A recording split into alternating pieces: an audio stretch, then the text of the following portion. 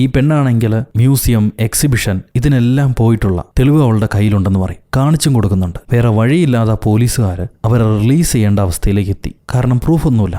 എന്നാൽ ഹീറോ ഇമോഷണലായിട്ട് പറയാണ്, ഇവള് തന്നെയാണ് എൻ്റെ മോളെ കൊന്നത്. ഞാൻ എൻ്റെ ജീവനിൽ ഉറപ്പായിട്ട് പറയാം. ഇതിനേക്കാളും ഷുവറായിട്ട് എനിക്ക് പറയാൻ പറ്റില്ല. അവള് തന്നെയാണ് എന്ന് ഉറപ്പിച്ച് പറയുന്നുണ്ട്. എന്നാൽ ഈ പെണ്ണിന്റെ കയ്യിൽ ഇവർ സഞ്ചരിച്ചതിന്റെ എല്ലാ പ്രൂഫുകളും കാണും. അതെല്ലാം കളക്ട് ചെയ്ത് വെക്കുന്നത് എനിക്കിഷ്ടമാണെന്നാണ് അവൾ പറയുന്നത്. പിന്നെ പോലീസുകാർക്കൊരു സംശയം, ഇവർ കാർഡ് യൂസ് ചെയ്തിട്ടില്ല. ഈ കാലഘട്ടത്ത് അങ്ങനെ കാർഡ് യൂസ് ചെയ്യാത്തവരുണ്ടോ? എന്തിനാണ് ഓരോ സ്ഥലത്ത് നിങ്ങൾ ക്യാഷ് കൊടുത്തത്? അത് ചോദിക്കുമ്പോൾ പീറ്റർ പറയാണ്, ക്രെഡിറ്റ് കാർഡുകൾക്കൊക്കെ ഫോറിനിലേക്ക് ചെല്ലുമ്പോഴത്തേക്കും ചാർജ് കൂടുതലായിരിക്കും. അതുകൊണ്ടാണ് ഞങ്ങൾ ക്യാഷ് യൂസ് ചെയ്യുന്നത്. ഞങ്ങൾ പറയേണ്ടതെല്ലാം പറഞ്ഞു, ഇനി ഞങ്ങൾക്ക് പോയി കൂടെ എന്നിവർ ചോദിക്കുന്നുണ്ട്. ഇൻവെസ്റ്റിഗേഷൻ ചെയ്യുന്ന പോലീസ് ലേഡിയാണെങ്കിൽ അവർ പറയുന്നതെല്ലാം ഞങ്ങൾ ചെക്ക് ചെയ്തു, എല്ലാത്തിനും പ്രൂഫുണ്ട്. ക്രൈം നടന്ന സമയത്ത് ഇവർ മറ്റൊരു സ്ഥലത്താണ് ഉണ്ടായിരുന്നത് എന്നതിനുള്ള പ്രൂഫുണ്ട്. നമുക്കിവർ കുറ്റക്കാരാണെന്ന് തെളിയിക്കാൻ കഴിഞ്ഞിട്ടില്ല. തെളിവില്ലാതെ അവരെ പിടിച്ചു വെക്കാനും പറ്റില്ല. റിലീസ് ചെയ്യാതെ വേറെ മാർഗമില്ല എന്ന് അവർ പറയും. എന്നാൽ ആ പോലീസുകാർക്ക് മനസ്സിലായി എന്തോ ഒരു സംഭവം സ്ട്രേഞ്ച് ഉണ്ട്. ഇത്രയും ക്ലീൻ ആൻഡ് ക്ലാരിറ്റി ആയിട്ട് മനുഷ്യരുണ്ടാവാറില്ല. പിന്നെ ക്യാഷ് ഉപയോഗിച്ചതിനുള്ള മറുപടി പറഞ്ഞത് തൃപ്തികരമല്ല.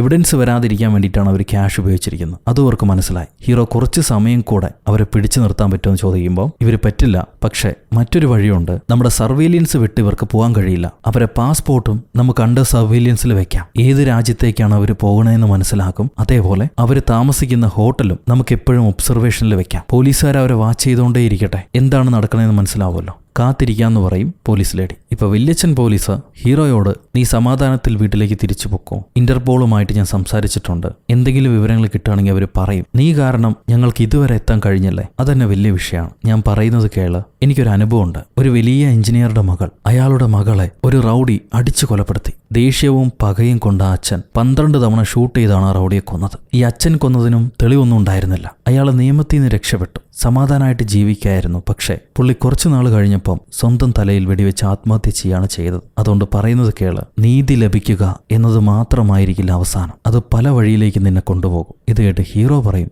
ഞാൻ കണ്ണടച്ചാൽ എൻ്റെ മോള് സ്ലാബിൽ കിടക്കുന്നതാണ് എനിക്ക് കാണാൻ കഴിയുന്നത്. അതെന്തായാലും എൻ്റെ തല വിട്ടു പോവില്ല. എന്നോട് ക്ഷമിക്കോ, എനിക്ക് അവനെ കണ്ടുപിടിച്ചേ മതിയാകും. ഇത് കേട്ടിട്ട് വല്യച്ഛൻ അങ്ങേരെ കയ്യിലുണ്ടായിരുന്ന മോളുടെ ഫോട്ടോ അത് ഹീറോയ്ക്ക് കൊടുക്കും. അത് പോലീസ് എവിഡൻസിൽ ഇവർക്ക് കിട്ടിയതാണ്, ഹീറോയ്ക്ക് കൈമാറാൻ പാടില്ല. എന്നാലും മോളുടെ ഈ ചിരി എപ്പോഴും നിന്റെ ഓർമ്മയിൽ നിൽക്കട്ടെ എന്ന് പറഞ്ഞ് ആ ഫോട്ടോ കൊടുത്തിട്ട് ഈ വല്യച്ഛൻ പോവാണ്. അന്ന് വൈകുന്നേരം ഹീറോയ്ക്ക് ഭാര്യ വിളിക്കുന്നു. അവിടെ ഉണ്ടായിരുന്ന സംഭവങ്ങളെല്ലാം ചോദിച്ച് മനസ്സിലാക്കുന്നു. ഈ 2 കുട്ടികളെ പറ്റി ഹീറോ ഭാര്യയോട് പറഞ്ഞു കൊടുക്കുന്നുണ്ട്. എന്നാൽ ആ കുട്ടികളുടെ ഒരു വിവരവും റെക്കോർഡിലില്ല. ഒരു ക്രൈം ബാക്ക്ഗ്രൗണ്ടും കാണുന്നില്ല. അവരെവിടുന്നാണ് വന്നത് പോയത് അതും മനസ്സിലാവുന്നില്ല. ഞങ്ങൾ ആകെ കുഴഞ്ഞിരിക്കുകയാണെന്ന് പറയും. എന്നാൽ അവരുടെ ബേസ്, പിറന്ന സ്ഥലം ലോസ് ഏഞ്ചൽസ് ആണെന്ന് അവരുടെ പാസ്പോർട്ടിലുണ്ട്. ആ വിവരം മാത്രമേ അറിയുള്ളൂ. ഇത് കേട്ട് ഭാര്യ പറയും, എനിക്ക് DA ഓഫീസിലെ ഒരു പ്രധാന പുള്ളിയെ അറിയാം. ഞാൻ അങ്ങേരുമായിട്ട് ഈ വിവരങ്ങളൊന്ന് ചർച്ച ചെയ്യട്ടെ. ആ പിള്ളേരെ കുറിച്ച് എന്തെങ്കിലും ഇൻഫർമേഷൻ കിട്ടുകയാണെങ്കിൽ ഞാൻ അറിയിക്കാന്ന് പറയും ഭാര്യ. കാരണം അത് അമേരിക്കയിലാണല്ലോ. അങ്ങനെ പിറ്റേ ദിവസം ഡിസ്ട്രിക്ട് അറ്റേണി അദ്ദേഹത്തെ കണ്ട് ഭാര്യ സംസാരിക്കുകയാണ്. കാരണം ഭാര്യ ഒരു വക്കീലാണ്.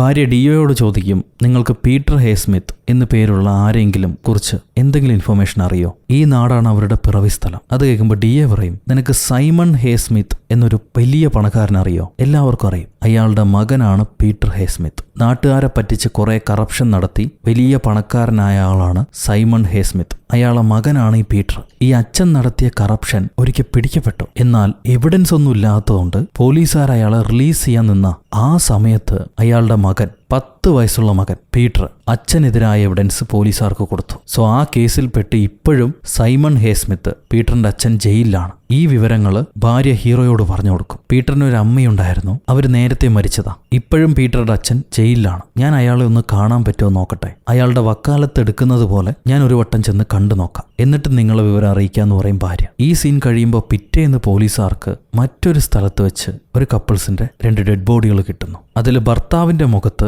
മറ്റൊരു ബോഡിയിൽ നിന്നും കട്ട് ചെയ്തെടുത്ത 2 കൈകൾ കാണാം. ഈ കപ്പിൾസിനെ കൊല ചെയ്ത് ചെയിനിൽ കെട്ടി തൂക്കി വെച്ചിരിക്കുകയാണ്. ഈ വിവരം നമ്മുടെ വല്യച്ഛൻ പോലീസ് ഹീറോയെ അറിയിക്കും. ആംസ്റ്റർഡാമിന് പുറത്തു വെച്ചിട്ടാണ് കപ്പിൾസിന്റെ ബോഡി കണ്ടുകിട്ടിയിരിക്കുന്നത്. ഞാൻ ആ ക്രൈം സീനിന്റെ ഡീറ്റെയിൽസ് നിനക്ക് അയച്ചിട്ടുണ്ടെന്ന് പറയും വല്യച്ഛൻ പോലീസ്. ഈ ക്രൈം സീനിൽ നീ തേടിക്കൊണ്ടിരിക്കുന്ന സംഭവം ഉണ്ടെന്ന് പറയും. മോളുടെ കൈകൾ. അത് കേട്ട് ഇമോഷണൽ ആയിരിക്കുന്ന ഹീറോ തന്റെ ടേബിളിന് തൊട്ട് മുന്നിലായി മറ്റൊരു ടേബിളില് കഴിച്ചതിന്റെ ബില്ലും അതിനു വേണ്ട പണവും ഉണ്ട്. സോ അവിടെ ഇരുന്ന കപ്പിൾസ് കഴിച്ചതിന്റെ പണം കൊടുത്തിട്ട് പോയിരിക്കുകയാണ്, ബില്ലെടുത്തിട്ടില്ല. ഇപ്പോഴാണ് ഹീറോയ്ക്കൊരു കാര്യം മനസ്സിലാവുക. ഇങ്ങനെ ബാക്കിയുള്ളവർ വെച്ചിട്ട് പോയ ബില്ലുകളാണ് സിൽവിയ കളക്ട് ചെയ്ത് വെച്ചിട്ടുള്ളത്, എവിഡൻസ് ആയി കാണിക്കാൻ, ഫിസിക്കൽ പ്രൂഫായിട്ട് കാണിക്കാൻ. ഹീറോ ഊഹിച്ചതെല്ലാം സത്യമാണ്. ആ കൊച്ചു പിള്ളേര് അത്ര നല്ല കൊച്ചു പിള്ളേരല്ല, 3K കിഡ്സ് ആണ് അവർ. ഇപ്പൊ സിൽവിയ തന്റെ ചെറുപ്പകാലം ആലോചിച്ച് നോക്കുന്നു. അപ്പോൾ അവൾക്കൊരു അനിയൻ കുട്ടനും വളരെ സ്ട്രിക്റ്റ് ആയ ഒരു ഫാദറും ഉണ്ട്. അങ്ങേര് എല്ലാത്തിലും പെർഫെക്ഷൻ വേണമെന്ന് പറഞ്ഞ് ഈ കുട്ടികളെ ചെറുപ്പത്തിലേ പേടിപ്പിക്കുന്നു. ഇത് അവൾ ആലോചിച്ചുകൊണ്ടിരിക്കുമ്പോൾ നമ്മുടെ പീറ്ററും കൂടെ ഉണ്ട്.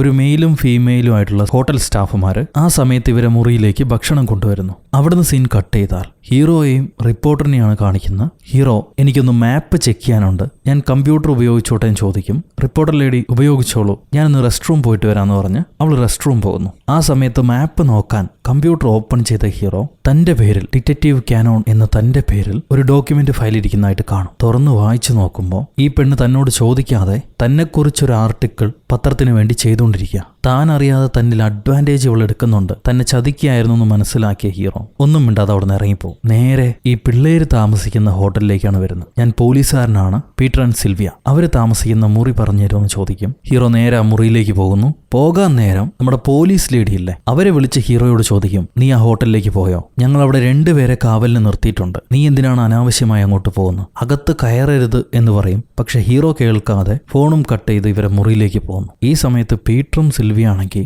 ഹോട്ടൽ സ്റ്റാഫുമാരുടെ വസ്ത്രം ധരിച്ച് മെല്ലെ അവിടെ നിന്ന് എസ്കേപ്പ് ആവാം ഹോട്ടലിൽ നിന്ന്. ഹീറോ പോലീസുകാർ പറയുന്നത് കേൾക്കാതെ അവരെ മുറിയിലേക്ക് പോയില്ലേ. ഹീറോ എന്തെങ്കിലും കുഴപ്പമുണ്ടാകുമെന്ന് പേടിച്ചിട്ട് പോലീസ് ഉടനെ തന്നെ ആ മുറിയിലേക്ക് വരുന്നുണ്ട്. വന്ന് നോക്കുമ്പോണ്ട് പീറ്ററും സിൽവിയയും സ്റ്റാഫുമാരെ കെട്ടിയിട്ട് അവരെ വസ്ത്രം എടുത്തിട്ട് അവിടെ നിന്ന് എസ്കേപ്പ് ആയി. ഞാൻ പറഞ്ഞതല്ലേ അവർ രക്ഷപ്പെടുമെന്ന്. അവര് വിചാരിച്ച സ്ഥലത്തേക്ക് അവർക്ക് പോകാൻ കഴിയും. നിങ്ങൾ മിസ്ജഡ്ജ് ചെയ്തു എന്ന് പറഞ്ഞ് ഹീറോ അവിടെ നിന്ന് മാറിപ്പോകുന്നു. ഹീറോ പറഞ്ഞതുപോലെ തന്നെ ഇവര് പാസ്പോർട്ട് സർവീലിയൻസിൽ വെച്ചിട്ട് കാര്യമില്ല. കാരണം ഈ കപ്പിൾസിന്റെ കയ്യിൽ വേറെ ഫേക്ക് പാസ്പോർട്ട്സ് ഉണ്ട്. അത് വെച്ചിട്ടാണ് ഇപ്പൊ അവര് യാത്ര ചെയ്യുന്നത്. അവരെങ്ങോട്ടാ പോണേന്ന് ഇനി ആർക്കും അറിയില്ല. അന്ന് വൈകിട്ട് റിപ്പോർട്ടർ ലേഡി ഹീറോയെ കാണാൻ വരും. എന്നിട്ട് സോറി പറയാണ്, എനിക്ക് വേറെ വഴിയില്ലായിരുന്നു, പത്രത്തിലെ ജോലി പോകാതിരിക്കാൻ വേണ്ടി കിട്ടിയ അവസരം ഞാൻ ഉപയോഗിച്ചു എന്നേ ഉള്ളൂ. ഇനി നിങ്ങളെ താല്പര്യമില്ലാതെ ഞാൻ ആർട്ടിക്കിൾ സബ്മിറ്റ് ചെയ്യില്ല. ഞാനിപ്പോൾ എന്താ ചെയ്യേണ്ടതെന്ന് ചോദിക്കുമ്പം ഹീറോ പറയും, ഇനി എന്ത് ചെയ്തിട്ടും കാര്യമൊന്നുമില്ല, അവർ രക്ഷപ്പെട്ടു പോയെന്ന്. ഇതും പറഞ്ഞ് ഹീറോ അവിടെ നിന്ന് എഴുന്നേറ്റ് പോവാണ്. പിറ്റേന്ന് ഹീറോയുടെ ഭാര്യ അമേരിക്കയിൽ നിന്ന് ഹീറോയോട് ഫോണിൽ സംസാരിച്ചുകൊണ്ട് തന്നെ ഹേസ്മിത്ത് എന്ന ആളുടെ ആ വലിയ ബംഗ്ലാവിലേക്ക് കയറിപ്പോവും. അതായത് പീറ്ററുടെ വീട്. അവിടെ ഇപ്പം ആരും താമസിക്കുന്നില്ല.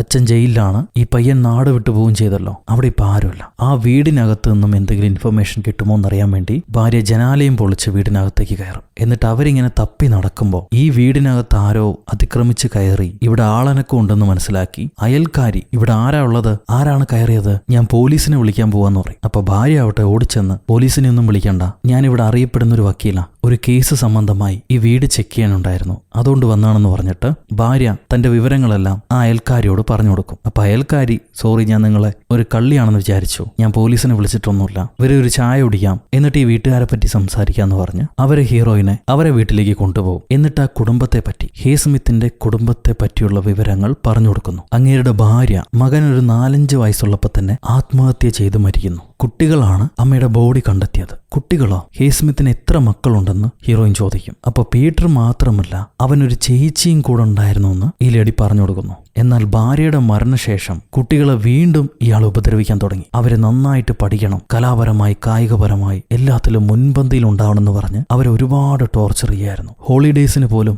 പുറത്തേക്ക് വിട്ടിട്ടില്ല. എല്ലാത്തിലും പെർഫെക്ഷൻ വേണം. ഒരു തവണ ആ പെൺകുട്ടിയുടെ ഡ്രസ്സിൽ കുറച്ച് ഐസ്ക്രീം വീണു എന്ന് പറഞ്ഞിട്ട് അയാൾ മുറിയിലിട്ട് ഒരുപാട് തല്ലി. ആ കൊച്ചിന് വളരെ ക്രൂരനായിരുന്നു. ഞങ്ങൾക്ക് എന്തെങ്കിലും ബുദ്ധിമുട്ട് വരുമെന്ന് വെച്ചിട്ട് ഞങ്ങളൊന്നും ചോദിക്കാൻ പോയിട്ടുമില്ല. അപ്പൊ ഹീറോയിൻ ചോദിക്കും, ആ കുട്ടികൾ ഇപ്പൊ എവിടെയാണെന്ന്. ഈ പെൺകുട്ടി ഒരു ബോർഡിംഗ് സ്കൂളിലേക്ക് പോയിട്ടുണ്ട്. അത് കഴിഞ്ഞ് ഇതുവരെ ഈ വീട്ടിലേക്ക് തിരിച്ചു വന്ന് കണ്ടിട്ടില്ല. അച്ഛൻ അറസ്റ്റിലായ പിന്നെ മകനും എങ്ങോട്ടോ പോയി, ഇതുവരെ തിരിച്ചു വന്നിട്ടില്ല. ഇത്രയും വിവരങ്ങളാണ് ഹീറോയിന് ആ അയൽക്കാരി ലേഡിയിൽ നിന്ന് കിട്ടുന്നത്. ഈ സമയത്ത് പോലീസുകാർക്ക് പുതിയ 2 ബോഡികൾ കണ്ടുകിട്ടുന്നു. ഒരു ഗേ കപ്പിളുടെ ബോഡി. അത് ബെൽജിയത്തിൽ നിന്നാണ് കണ്ടുകിട്ടുന്നത്. ബെൽജിയം എന്ന രാജ്യത്താണ് സെയിം സെക്സ് മാരേജ് അലൗഡ് ആയിട്ടുള്ളത്. അവിടെ വെച്ചിട്ടാണ് ഈ ക്രൈം നടക്കുന്നത്. ബോഡികൾ പ്ലേസ് ചെയ്തിരിക്കുന്നത് മറ്റൊരു ആർട്ടിനെ, ഡാൻഡെ ആൻഡ് വിർജിൻ ഹെൽ എന്നൊരു ആർട്ടിനെ ബേസ് ചെയ്തിട്ടാണ്. അതേ രീതിയിലാണ് ആൾക്കാരെ വളച്ച് കെട്ടിവെച്ചിരിക്കുന്നത്. ഇത് കണ്ടവർ തിരിച്ചു പോകുന്ന വഴി റിപ്പോർട്ടർ പഴയ ക്രൈം സീനിലെ ഫോട്ടോസ് ഹീറോയ്ക്ക് കാണിച്ചു കൊടുക്കും. അതിൽ തന്റെ മകളുടെ കൈയും അതിലെ മോതിരവും കണ്ടിട്ട് അത് ഹീറോയുടെ അമ്മൂമ്മയുടെ മോതിരമായിരുന്നു. അത് കണ്ട് അവൻ പൊട്ടിക്കരയാൻ തുടങ്ങും. ഈ സമയത്ത് ഭാര്യ പീറ്റർ അച്ഛൻ ഹേസ്മിത്തിനെ ചെന്ന് കാണുന്നു. അങ്ങേരെ കയ്യിൽ നിന്നും എന്തെങ്കിലും വിവരങ്ങൾ കിട്ടുമെന്നറിയാൻ വേണ്ടി താൻ വക്കാലത്തിന് വന്നിരിക്കുന്ന ഒരു വക്കീലാണെന്നുള്ള രീതിയിലാണ് പുള്ളിക്കാരി പരിചയപ്പെടുക. മക്കളെക്കുറിച്ച് ചോദിക്കുമ്പോൾ, എൻ്റെ മക്കൾക്ക് ഞാൻ എല്ലാം നൽകിയിരുന്നു, ബെസ്റ്റ് ഇൻ ക്ലാസ് ആയിട്ട്. നല്ല പഠനം, നല്ല കലാകായിക പരിശീലനം, എല്ലാറ്റിലും ഈ ലോകത്തെ ഏറ്റവും ബെസ്റ്റാണ് ഞാൻ നൽകിയത്. എന്നിട്ടും അവർക്കത് മനസ്സിലാക്കാനുള്ള ബോധവും വിവരം ഉണ്ടായിരുന്നില്ല. എന്നെ തിരിച്ചു കൊത്തി. ഹീറോയിൻ ചോദിക്കും, നിങ്ങളുടെ മകൾ എവിടെയാണിപ്പോ? അവളുടെ വിവരങ്ങളൊന്നുമില്ലല്ലോ. അതിനാ ഡാഡി മകളെക്കുറിച്ചൊന്നും പറയില്ല. ഞാൻ അവർക്ക് കൾച്ചർ, എത്തിക്സ്, മൊറാലിറ്റി, ഡിസിപ്ലിൻ ഇതൊക്കെയാണ് പഠിപ്പിച്ചു കൊടുത്തത്. പക്ഷെ അതൊന്നും വേണ്ട. അവളൊരു ബിച്ചായിട്ടാണ് മാറിയത്. എന്തായാലും അവൾ എവിടെയുണ്ടോ അവിടെ തന്നെ അവനുണ്ടാവും. ബലം ഉപയോഗിക്കാതെ അവരെ രണ്ടുപേരെയും പിരിക്കാൻ കഴിയില്ല. ഹീറോയിൻ എഴുന്നേറ്റിട്ട്, നിങ്ങൾക്ക് വേണ്ടത് ജഡ്ജ് ഓൾറെഡി വിധിച്ചു കഴിഞ്ഞു. ഇനി ഞാനായി അതിനൊരു തിരുത്ത് കൊണ്ടുവരാൻ ആഗ്രഹിക്കുന്നില്ല. ഞാൻ ഇവിടുന്ന് പോവുകയാണെന്നും പറഞ്ഞ് ഇറങ്ങി വരും. ഈ കളക്ട് ചെയ്ത വിവരങ്ങളെല്ലാം ഹീറോയിൻ ഹീറോയോട് പറഞ്ഞു കൊടുക്കുന്നു. അത് കഴിഞ്ഞ് ഈ കാര്യങ്ങൾ ഹീറോയും നമ്മുടെ റിപ്പോർട്ടറും കൂടെ ഇരുന്ന് ഡിസ്കസ് ചെയ്യാണ്. ഹേസ്മിത്ത് സിൽവിയെ ബോർഡിംഗ് സ്കൂളിലേക്ക് അയക്കുന്നു. എന്നാൽ ചേച്ചിയെ പറഞ്ഞു വിടാൻ അനിയന് താല്പര്യമില്ല. അനിയൻ അവളെ തിരിച്ചു കിട്ടാൻ വേണ്ടി ഒരുപാട് പാടുപെടുന്നുണ്ട്. അച്ഛനുമായിട്ട് വലിയ വഴക്കൊക്കെ ഉണ്ടാക്കുന്നു. അവസാനം അച്ഛൻ ജയിലിലാവാനുള്ള എവിഡൻസ് വരെ പോലീസിന് കൊടുക്കുന്നു. അപ്പൊ ഹീറോ പറയും, ഒരുപക്ഷെ ഈ ബ്രദർ ആൻഡ് സിസ്റ്റേഴ്സ് തമ്മിൽ നമ്മൾ വിചാരിക്കുന്നത് പോലത്തെ അടുപ്പായിരിക്കില്ല. അവരുടെ അച്ഛൻ പറയുകയുണ്ടായി, രണ്ടുപേരെയും പിരിക്കണമെങ്കിൽ ഫോഴ്സ് ഉപയോഗിക്കണമെന്ന്. അതിന് അച്ഛൻ ശ്രമിച്ചിട്ടുമുണ്ട്. അങ്ങനെയാണെങ്കിൽ നമ്മളിപ്പോൾ തേടിക്കൊണ്ടിരിക്കുന്ന ആ 2 സസ്പെക്റ്റുകൾ മറ്റാരുമല്ല, ഈ ചേച്ചിയും അനിയനും തന്നെയാണ്. അവർ തമ്മിൽ ഒരു ഇമ്മോറൽ ബന്ധവും ഉണ്ടാവണം. ഹീറോ വിചാരിച്ചത് ശരിയാണ്. ഈ സൈബ്ലിങ്സ് തമ്മിൽ ഒരു ഇമ്മോറൽ ബന്ധമുണ്ട്. അവർക്ക് അവരുടെ അച്ഛനോട് തീരാത്ത പകയ. സിൽവിയ പീറ്ററിനോട് പറയുന്നു, ഈ അവസാനത്തെ കൊലപാതകം അതാ സാഡിസ്റ്റിക് ബാസ്റ്റഡിനുള്ള ഒരു ട്രിബ്യൂട്ടായിട്ട് നമുക്ക് സമർപ്പിക്കാം. അപ്പൊ പീറ്റർ, അയാൾ വേദനിക്കണം. നമുക്ക് ചെയ്ത ക്രൂരതകൾക്ക് അയാൾ എപ്പോഴും വേദനിക്കണം എന്ന് പറയും. അതിന് സിൽവിയ, അയാളുടെ പെർഫെക്ഷനെ നമ്മൾ എപ്പോഴേ നശിപ്പിച്ചു കഴിഞ്ഞു. ഇനി അത് അയാൾക്ക് തിരികെ കിട്ടില്ല. ഇതും പറഞ്ഞ് അവർ ഉമ്മ വയ്ക്കാൻ തുടങ്ങും. ഈ സമയത്ത് ഇവിടെ റിപ്പോർട്ടർ ഹീറോയോട് അവര് മനസ്സിലാക്കിയ നിഗമനം പറയാം. ഈ കില്ലേഴ്സ് അവരുടെ കഥ തന്നെയാണ് ഇപ്പൊ പ്ലേ നടത്തിക്കൊണ്ടിരിക്കുന്നത്. Love, pain, death. ഈ മെസ്സേജ് അവര് ലോകത്തിന് കൊടുക്കുന്നു. അവരുടെ ബന്ധത്തെ ഈ ലോകം അക്സെപ്റ്റ് ചെയ്യാത്തതുകൊണ്ട് ഈ ലോകത്തോട് അവർക്ക് ദേഷ്യമാണ്. ഈ ലോകം അക്സെപ്റ്റ് ചെയ്ത ലവ് സ്റ്റോറികളോട് അവർക്ക് ദേഷ്യമാണ്. അതുകൊണ്ടാണ് സാധാരണ കപ്പിൾസിനെ അവർ കൊല്ലുന്നത്. ഈ ലോകത്തിന് മുന്നിൽ പവർഫുൾ ആണെന്ന്, ഡോമിനന്റ് ആണെന്ന് കാണിക്കാൻ വേണ്ടി. ഇത് കേട്ട് ഹീറോ പറയും, അങ്ങനെയാണെങ്കിൽ അവരുടെ ആ പവർഫുൾനെസ് നമുക്ക് എടുത്തു മാറ്റിയാലോ? നിന്റെ ആർട്ടിക്കിൾ നീ പ്രസിദ്ധീകരിക്കണം. അതിൽ എന്നെക്കുറിച്ചാണല്ലോ നീ പറഞ്ഞിരിക്കുന്നത്. ആ യാഥാർത്ഥ്യമായ കഥ അവരറിയട്ടെ, ഈ ലോകം അറിയട്ടെ. സോ ഉടനെ തന്നെ ഈ ആർട്ടിക്കിൾ അവൾ പ്രസിദ്ധീകരിക്കുന്നു. വൈകാതെ നമ്മുടെ സിൽവിയയും പീറ്ററും ആ ആർട്ടിക്കിൾ ശ്രദ്ധിക്കുന്നുണ്ട്. അതിൽ ആ കപ്പിൾസിനെ ആരും മനസ്സിലാക്കാത്തതുകൊണ്ട് അവരുടെ വേദനയാണ് ഇങ്ങനെ ക്രൂവൽറ്റി ആയിട്ട് പുറത്തു വന്നിരിക്കുന്നത് എന്ന് പറയുന്നു. അവർക്കൊരു ഹൊറിബിൾ ചൈൽഡ്ഹുഡ് ഉണ്ടായിരുന്നു. അതിന്റെ വിപത്താണ് അവർ വളർന്നു വലുതായപ്പോൾ അവർക്ക് സംഭവിച്ചിരിക്കുന്നത്. എന്നാൽ അവർ ചെയ്യുന്നത് ശരിയാണോ തെറ്റാണോ? അവിടെയാണ് ഹീറോയെ പ്ലേസ് ചെയ്ത് തന്റെ മരണപ്പെട്ട മകൾക്ക് വേണ്ടി ജസ്റ്റിസ് അന്വേഷിച്ച് നടക്കുന്ന ഹീറോയുടെ യഥാർത്ഥ ഇമോഷനെ എടുത്തു കാണിച്ച്, അങ്ങേരാണ് റിയൽ മെൻ, അങ്ങേരുടെ വേദനയും സ്നേഹവുമാണ് യാഥാർത്ഥ്യമായിട്ടുള്ള സ്നേഹവും വേദനയും. ഇതെടുത്തു കാണിച്ചിട്ട്, നിങ്ങൾ ഈ ലോകത്തിന് നൽകേണ്ട മെസ്സേജ് ഞങ്ങൾക്ക് കിട്ടിക്കഴിഞ്ഞു, ഇനി നിങ്ങൾക്ക് നിർത്താം. Now you can stop. ഇതും പറഞ്ഞിട്ടാണ് ആർട്ടിക്കിൾ അവസാനിക്കുന്നത്. ഇതവർ കണ്ടു കഴിയുമ്പം പീറ്റർ പറയും, നമുക്കിത് നിർത്താം. എനിക്ക് നിന്നെ നഷ്ടപ്പെടുമോ എന്നുള്ള ഭയമായി തുടങ്ങി. ഒരു കാർ എടുത്ത് എങ്ങോട്ടെങ്കിലും പോകാം, ഇനി വേണ്ട. അത് കേൾക്കുമ്പോൾ സിൽവിയ പറയും, ഇനി ആർക്കും നമ്മൾ ഉപദ്രവിക്കാൻ കഴിയില്ല, നമ്മൾ അകറ്റാനും കഴിയില്ല. നമ്മൾ വീടിനടുത്തേക്ക് എത്തിക്കഴിഞ്ഞു, നമ്മൾ പോവുകയാണ്. ഇതവൾ പറയുമ്പോൾ കൊലപാതകങ്ങൾ അവർ നിർത്താൻ തീരുമാനിച്ചോ ഇല്ലയോ എന്നുള്ളത് അറിയില്ല. അത് കഴിഞ്ഞ് റിപ്പോർട്ടർക്ക് ഒരു മെസ്സേജ് കിട്ടുന്നു. ഒരു അൺനോൺ മെമ്പറിൽ നിന്നാണ് ഈ മെയിൽ വരുന്നത്. താങ്ക് യു മിസ് ലോംബാർഡ്, ഞങ്ങളുടെ കഥ പറഞ്ഞതിന് നന്ദി. ഇപ്പോൾ കഥയ്ക്ക് തിരശീല വീണിരിക്കുന്നു. അതിനർത്ഥം അവർ കൊലപാതകങ്ങൾ നിർത്തിയെന്നാണ് ഇവരോട് പറയുന്നത്. പക്ഷേ ശരിക്കും അങ്ങനെ അവർ ചെയ്യുമോന്ന് ഉറപ്പിക്കാൻ പറ്റില്ല. ഇപ്പൊ ഇവിടെ ഹീറോ അവർ വീണ്ടും ട്രാവൽ ചെയ്തുകൊണ്ടിരിക്കുകയാണ്. എവിടെയെങ്കിലും താമസിച്ചാൽ പിടിക്കപ്പെടുമെന്ന് അവർക്കറിയാം. അവരുടെ കയ്യിലുള്ള റഷ്യൻ പാസ്പോർട്ട് ഉപയോഗിച്ച് അവർ ട്രാവൽ ചെയ്തുകൊണ്ടിരിക്കുകയാണ്. നേരെ റഷ്യയിലേക്കായിരിക്കും അവർ പോകുന്നുണ്ടാവുക. ഇവരെ ട്രാവൽ ലൈൻ നോക്കുമ്പോൾ നോർത്ത് ഈസ്റ്റിലേക്കാണ് അവർ പോകുന്നത്. ഹെൽസിങ്കി വഴി റഷ്യയിലേക്ക് കടക്കാനാണ് അവർ ഉദ്ദേശിക്കണമെന്ന് ഹീറോയ്ക്ക് മനസ്സിലായി. നമ്മുടെ വല്യച്ഛൻ പോലീസ് പറയും, അങ്ങനെ റഷ്യയിലേക്ക് അവർ കടന്നു കഴിഞ്ഞാൽ പിന്നീട് ഒരിക്കലും അവരെ പിടിക്കുന്നതിനെ പറ്റി ചിന്തിക്കേണ്ട. റഷ്യയുമായിട്ട് നമുക്കൊരു ബന്ധമില്ല. ഇപ്പൊ ഇന്ന് കാലത്ത് 2-3 ന്യൂസ് പേപ്പർ ഏജൻസിക്ക് പോസ്റ്റ് കാർഡുകൾ കിട്ടിയിട്ടുണ്ട്. എല്ലാത്തിലും നൗ വി ആർ റീബോൺ എന്നാണ് എഴുതിയിരിക്കുന്നത്. എന്താണ് അതിന്റെ അർത്ഥം എന്നറിഞ്ഞില്ല. എന്തായാലും ഇപ്പൊ യൂറോപ്പ് മുഴുവൻ മാൻഹണ്ട് ആരംഭിച്ചിട്ടുണ്ട്. കാര്യമായ തിരച്ചിൽ. അവരെ രക്ഷപ്പെടാൻ അനുവദിക്കുന്നതല്ല. നീ കളത്തിലേക്ക് ഇറങ്ങണ്ട മൈ ഫ്രണ്ട്, നീ കാത്തിരിക്കൂ, നല്ല മെസ്സേജ് തന്നെ ലഭിക്കും എന്ന് വല്യച്ഛൻ പറയുന്നു. പക്ഷെ ഹീറോ, ഇല്ല, നിങ്ങൾ പ്രതീക്ഷിച്ചിരുന്നോളൂ, പക്ഷെ എനിക്ക് ചെയ്യാൻ ചില ജോലികൾ ബാക്കിയുണ്ട്. എന്താണോ ചെയ്യേണ്ടത് അത് ഞാൻ ചെയ്യേണ്ടിയിരിക്കുന്നു. ഇത് കേൾക്കുമ്പം വല്യച്ഛൻ പോലീസ് അങ്ങേരുടെ കയ്യിലെ തോക്ക് ഹീറോയ്ക്ക് കൊടുത്തിട്ട്, കെയർഫുൾ ആയിരിക്കൂ, ഇതെങ്ങനെയാണ് ഉപയോഗിക്കേണ്ടതെന്ന് നിങ്ങൾക്കറിയാലോ. ഇനി ഞാനൊന്നും പറയേണ്ടതില്ല എന്ന് പറഞ്ഞ് പുള്ളിക്കാരൻ ഇറങ്ങിപ്പോവും. ഈ സമയത്ത് ഇവർ പോകാൻ സാധ്യതയുള്ള എല്ലാ സ്ഥലത്തും റെയിൽവേ സ്റ്റേഷനിലും എയർപോർട്ടിലും പോലീസുകാർ പടയായിട്ട് നിൽക്കുക. എന്നാൽ എവിടെയും ഈ സസ്പെക്റ്റുകളുടെ പെരുമാറ്റം കാണാനില്ല. അപ്പൊ ഹീറോയ്ക്ക് അറിയാം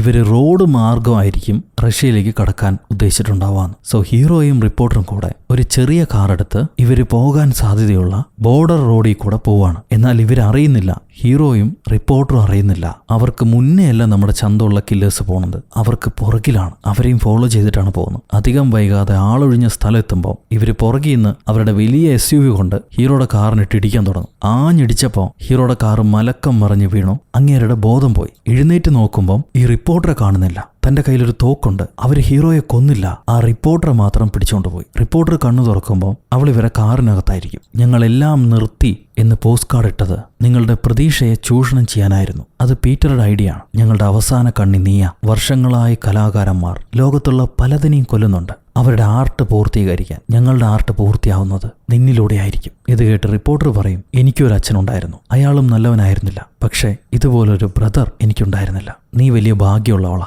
എന്നെ വിട്ടുകൂടെ? നിങ്ങൾ എന്തായാലും രക്ഷപ്പെടാൻ പോവല്ലേ, എന്നെ കൊല്ലാതെ വിട്ടുകൂടെ എന്നവൾ ചോദിക്കുന്നുണ്ട്. ഈ സമയം ഹീറോ ആ വഴിയെ പോകുന്നൊരു ട്രക്കിൽ കയറി ഇവരെ ഫോളോ ചെയ്തു വരും. ഇവരാണെങ്കിൽ റിപ്പോർട്ടറെ വിടുന്നില്ല. ഒരു മൂലയ്ക്ക് കാറ് മാറ്റി നിർത്തിയിട്ട് റിപ്പോർട്ടറെ മഞ്ഞിലൂടെ വലിച്ചു കൊണ്ടുപോയി ഒരു ഭാഗത്തിരുത്തി, ഇനി അധികം വൈകിക്കുന്നില്ല, പേടിക്കണ്ട, വേദനയില്ലാതെ നിന്നെ കൊന്നു തരാമെന്ന് പറഞ്ഞ് ഇവൾക്ക് വിഷം കൊടുക്കുന്നു. വിഷം കൊടുത്തു കഴിഞ്ഞ് തലമുണ്ടനം കട്ട് ചെയ്യാൻ വേണ്ടിയിട്ടാണ് പ്ലാൻ. എന്നാൽ വിഷം കൊടുക്കവേ ഇവള് തട്ടിമാറ്റും, തുപ്പിത്തെറിപ്പിക്കും. എന്നിട്ട് രക്ഷപ്പെടാൻ ശ്രമിക്കുന്നു. ഇവര് വീണ്ടും പിടിച്ച് കെട്ടിവെച്ച് വിഷം വായിലേക്ക് ഒഴിക്കാൻ നിൽക്കുമ്പോഴാണ് ഹീറോയുടെ എൻട്രി. ഹീറോ തോക്ക് കാണിച്ച് രണ്ടുപേരോടും അനങ്ങാതെ മാറി നിൽക്കാൻ പറയും. അപ്പൊ സിൽവി എഴുന്നേറ്റ്, തന്റെ മോളെ എനിക്ക് ഒരുപാട് ഇഷ്ടമായിരുന്നു, അവൾ തന്നെക്കുറിച്ച് തന്നെയാണ് സംസാരിച്ചുകൊണ്ടിരുന്നത്, നിങ്ങൾ അച്ഛനും അമ്മയും പിരിഞ്ഞു പോയതിൽ അവൾക്ക് ഒരുപാട് വിഷമമുണ്ട്. ഇവൾ ഇമോഷണലി ഹീറോയെ വീക്കാക്കാൻ ശ്രമിക്കുക. ഹീറോ ആണെങ്കിൽ നൊന്ത് വെന്ത് അവസാനം ഇപ്പൊ കല്ലായിരിക്കുകയാണ്. അതുകൊണ്ട് ആ പറച്ചിലൊന്നും അയാൾ വീഴില്ല. നീ നിന്റെ അമ്മയെ മിസ് ചെയ്യുന്നു, അമ്മയുടെ മരണം നിന്നെ ഒരുപാട് വേദനിപ്പിച്ചിട്ടുണ്ടല്ലേ, അവര് തൂങ്ങിക്കിടക്കുന്ന കണ്ടപ്പോൾ നിന്റെ മനസ്സിൽ എന്തായിരുന്നു ചിന്ത? ഇത് കേൾക്കുമ്പോൾ